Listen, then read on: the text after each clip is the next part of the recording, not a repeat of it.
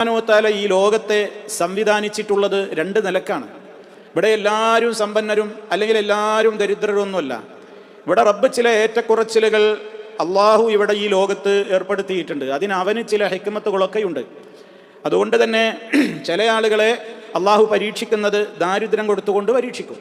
ഇയാൾ ഇതിൽ ക്ഷമിക്കുന്നുണ്ടോ, സഹിക്കുന്നുണ്ടോ, എത്രത്തോളം ഇയാൾക്ക് ഈമാനികമായ ദൃഢതയിൽ ഈ ദാരിദ്ര്യവുമായി പൊരുത്തപ്പെട്ടു പോകാൻ കഴിയുന്നുണ്ട് എന്നൊക്കെ ഒരു പരീക്ഷണമാണ് ഒരാൾ ഫഖീറാവുക എന്നുള്ളതിലൂടെ സംഭവിക്കുന്നത്. വഖൗമൻ ബിൽ ഗിന, എന്നാൽ വേറെ കുറേ ആൾക്കാർക്ക് അള്ളാഹു ഒരുപാട് മുതൽ കൊടുത്തോട്ടും പരീക്ഷിക്കും.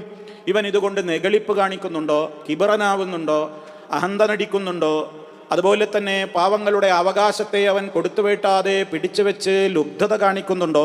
ഇതൊക്കെ പണക്കാർക്കുള്ള പരീക്ഷണമാണ്, മറ്റേത് പാവപ്പെട്ടവർക്കുള്ള പരീക്ഷണമാണ്.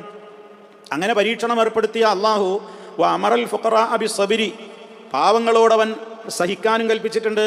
വഅമറൽ അഗ്നിയ ബിൽ ഇഅ്തായി, സമ്പന്നരോട് നിങ്ങൾക്കുള്ളതില്ലെന്ന് നിങ്ങൾ പാവപ്പെട്ടവർക്ക് കൊടുക്കണമെന്നും പറഞ്ഞിട്ടുണ്ട്. അത് ഇവിടുത്തെ ഒരു സംവിധാനമാണ്. അല്ലാതെ എല്ലാവരെയും അള്ളാഹ് അങ്ങനെ പണക്കാരാക്കുക, എല്ലാവരെയും സമ്പന്നരാ പാവപ്പെട്ടവരാക്കുക എന്നൊന്നും ഇവിടെ ഇല്ല.